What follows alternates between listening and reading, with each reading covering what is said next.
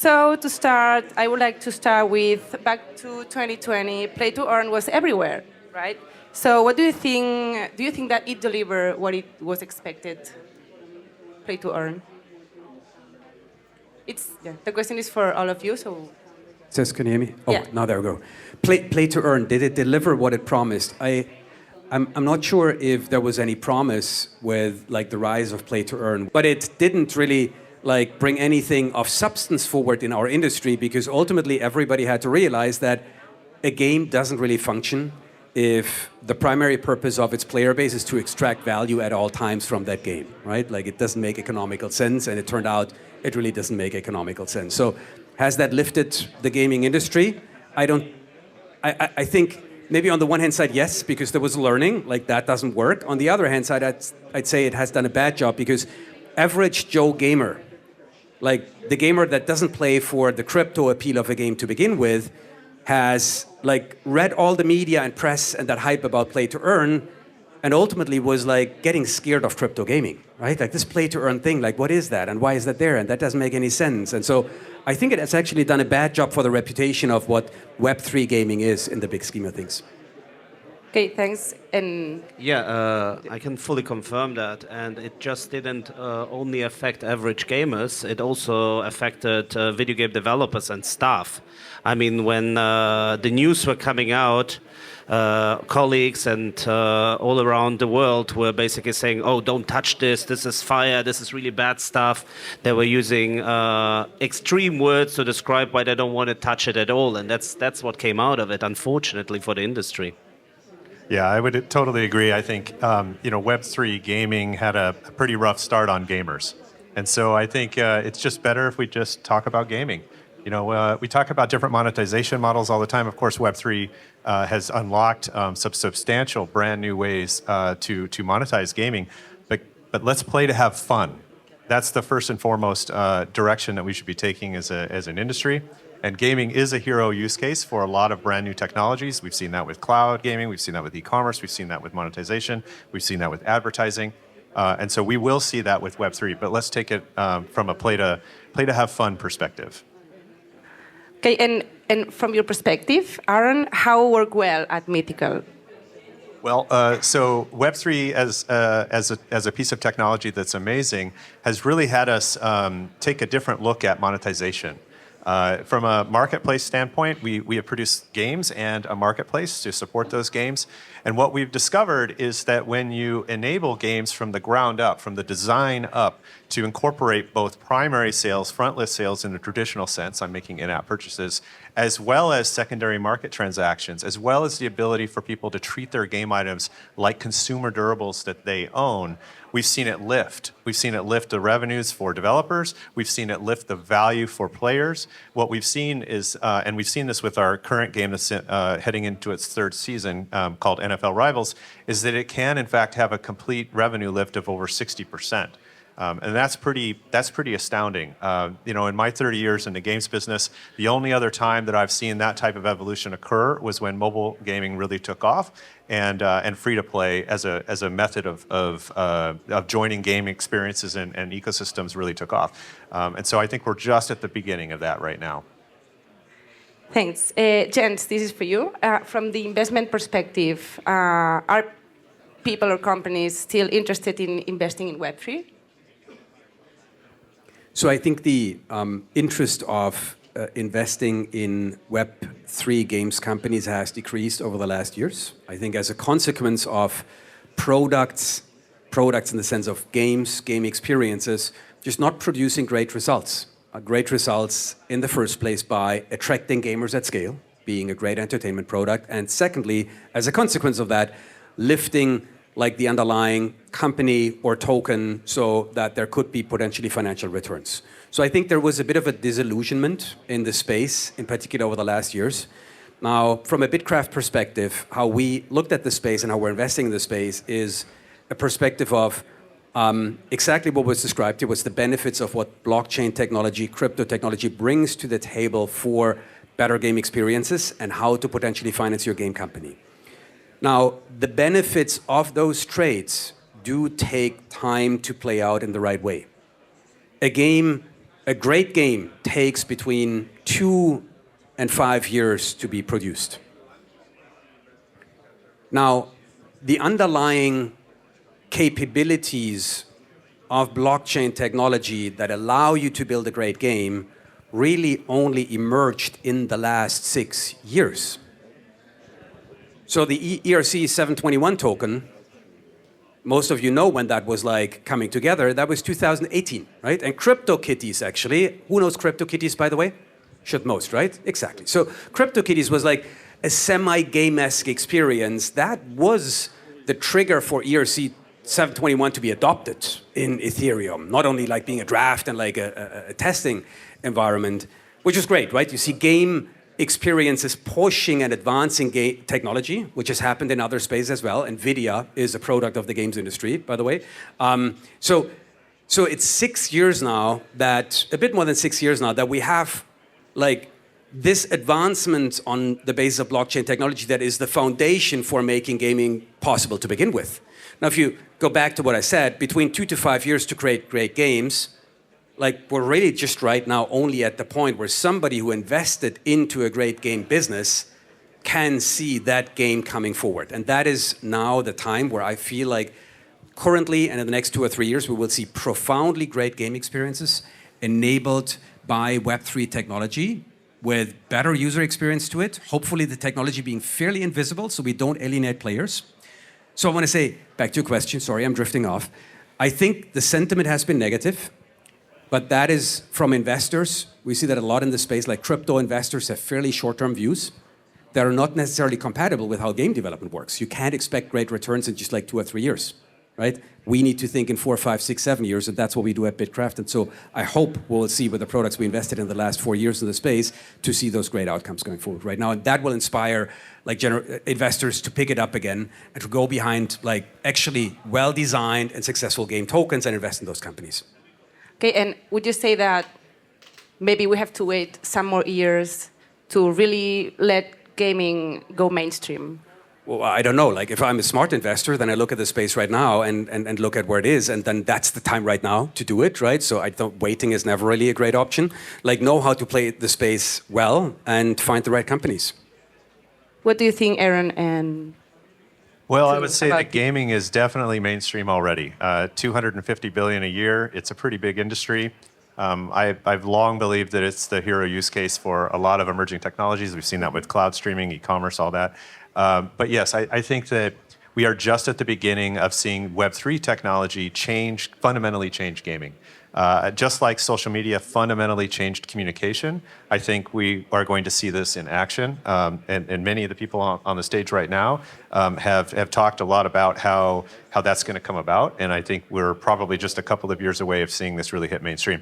I think the place and the ideas that you really need to pay close attention to see this evolution underway are those that believe in making this technology provide utility in a mainstream way. We cannot talk about it being Web3 gaming. Like we shouldn't, just like we don't really talk about the underlying technology that powers most of the best things that we have in life, what we should be talking about is it fun? Does it enable brand new ways to enjoy the entertainment that costs so much and takes so much time to build? And I think that we're about to see some really amazing things coming out. I mean, the inside view on the gaming market and the investment space coming from, let's say, a developer who has been raising and has been closing around, the space is a phenomenal place for investors, in my opinion, because very few companies are able to survive at the moment because people are afraid. But on the other hand, the ones who have amazing products are selling them for very low valuations, to be honest, because we have to convince people of the purpose of gaming and blockchain, which is hard when they haven't had seen success. On the other hand, that's the best time to get in, obviously, because once we get those products out, once we prove to the world that we can create phenomenal games that people love, enjoy playing, and they tell their friends about it, and blockchain is potentially an invisible part in there, just allowing for experiences which you normally have, but you do on whatever the black market and in other places like that stuff is suddenly inside, and it's a fully beautiful UI that allows you to do what you actually want as a player. So it improves your player journey, and I think that's the magic. And I think we'll see a lot of those things coming to fruition, but from fewer companies than would have been the case 5 years ago, because it's harder to get investment, and that's natural selection in a way. Okay. This morning we were talking about that you don't want to highlight words like web3, blockchain, virtual assets in the games, right? So you want to do it like very native inside the game. Are you implementing this in both games, Arron and Romain? Oh, absolutely. I mean, from a Mythical marketplace standpoint, our marketplace capabilities are embedded inside the games. We've got Apple and Google approval. We've been running that for more than 2 years now with NFL Rivals. That's going to happen with FIFA Rivals, which is right around the corner, and of course, Pudgy Party, and all the other games that might land on our platform. And the idea is you just want to play. Just get into the game as fast as possible. Download the game from the App Store. It's the same type of experience you would always have. You're playing the game. You're earning items. You're purchasing items. You're reinvesting your time and engagement. And at some point, you go out to the main marketplace, and perhaps you want to sell your items. And that's when you're introduced to the Web3 technology capabilities. And that's when it becomes powerful for that user. That's when it becomes valuable for that player. So that's the pathway, I believe, to mainstream adoption, is for us to ensure that experience is very smooth, that we make it frictionless, and we make it valuable for the player. Yeah, I mean, the key thing here is they have to have fun with the experience. If they don't have fun, they will start hating it, just because it somehow involves a financial component. And that's always tricky. I mean, Jens mentioned free-to-play. I still remember when free-to-play came to the market, it became a very difficult thing for some people. But on the other hand, there were players who basically got back to gaming because of it. There were people who had very limited time. They were basically in busy jobs, but the ability to spend a bit of money to basically compete with peers opened up gaming for them, and they were driving that market. I mean, half of the revenues in the gaming industry on mobile, for example, comes from, let's say, the higher spending players. And these people are those who they got a new market which they could participate in, which was amazing. So blockchain could do a similar thing if done right. So I'm really excited to see what type of players are suddenly going to be interested in gaming again, thanks to being able to participate in the secondary market and tradable economies. Yeah, I real quick add to that. Every time gaming has been at the forefront of one of these disruptions, it's only gotten bigger. Everybody talks about how mobile gaming was going to destroy PC, it was going to destroy console gaming. It just didn't. In fact, it just created more gamers. And I think that's going to be the case here as well, if we get it right. Yeah, very good point.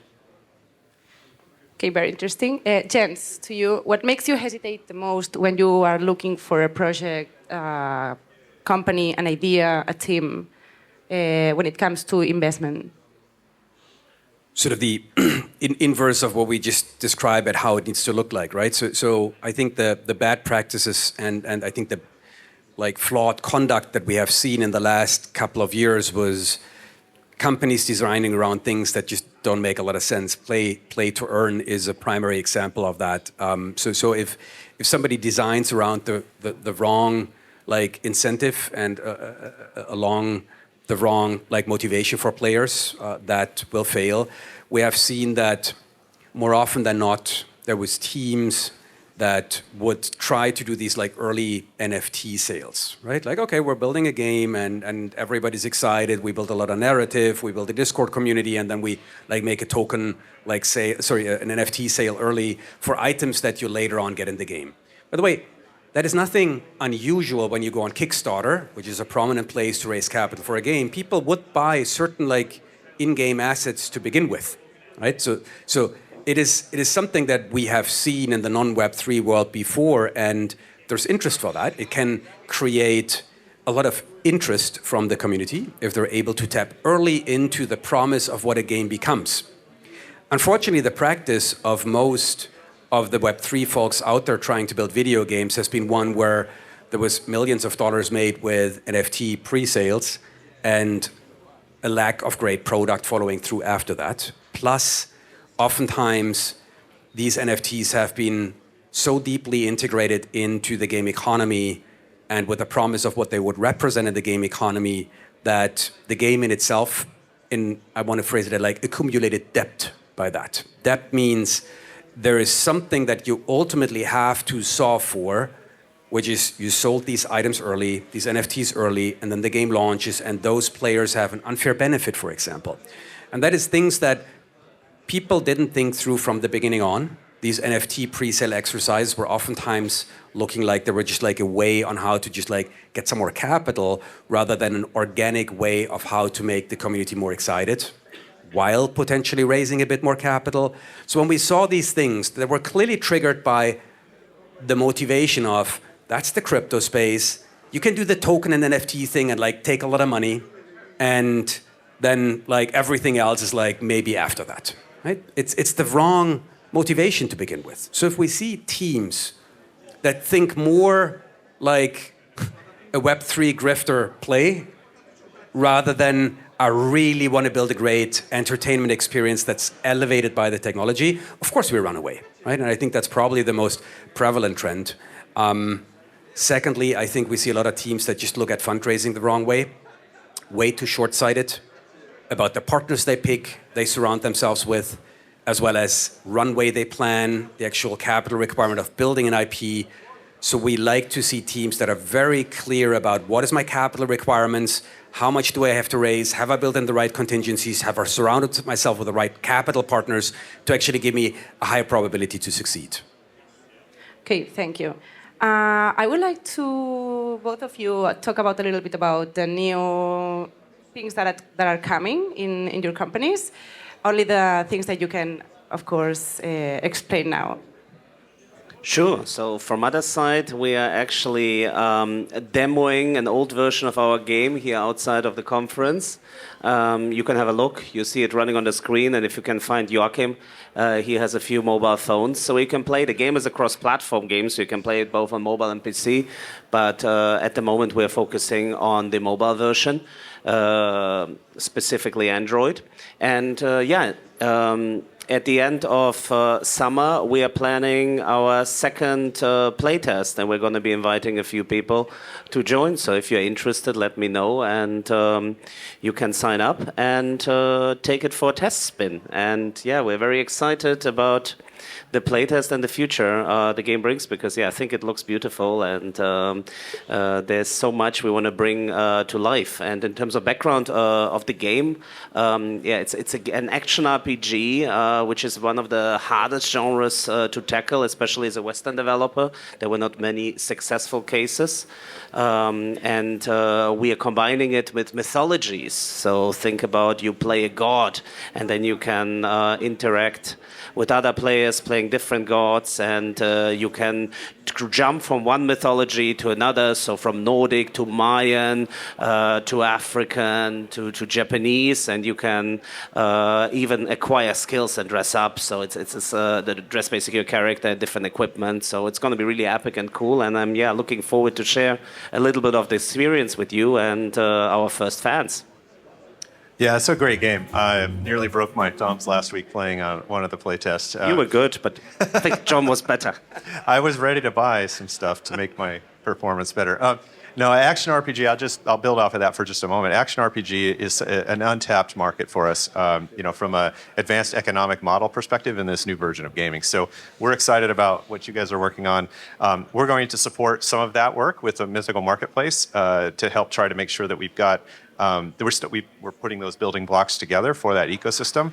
From a Mythical standpoint, our studios business, we are entering our third season of NFL Rivals. We already have over 6 million players that are playing that game. And we've seen tremendous success with that as part of building out the model. Fast following on NFL Rivals, we're coming out with FIFA Rivals. So we have a full license with the FIFA brand. Will be the only licensed video game that's going to be out this summer. We're just a few weeks away from the soft launch to coincide with the World Cup this year. We're very excited about that. That game has been built from the ground up with many of the principles that we've talked about here on the stage.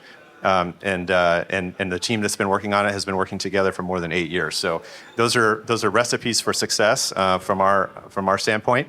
We've got a third game called Pudgy Party, which is coming out. It's in partnership with Pudgy Penguins. Also, we have these gameplay demonstrations out here in the lobby as well.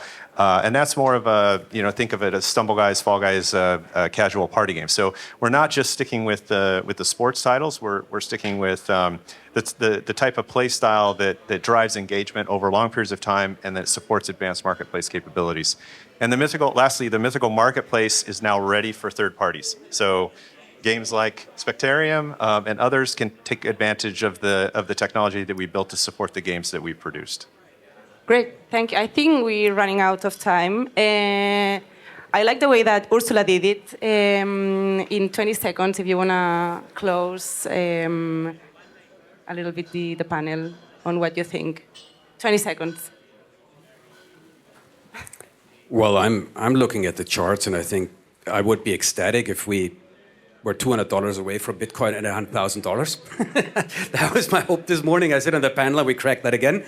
Other than that, listen, I think Web3 gaming is sort of, I think, a core pillar of what makes the crypto and Web3 space. I believe that we will see play out a steady hand of people that invest in the space and build in the space with the right objectives in mind. If you have any more questions around that, I'm around the conference, just hit me up. Happy to chat about anything in the gaming Web3 space. Yeah, just come play our games. That's the whole point. Yeah, I mean, I'm looking forward to just bringing great experiences. And yeah, let me know if you want to join the playtest. Thank you very much. Thank you very much to all.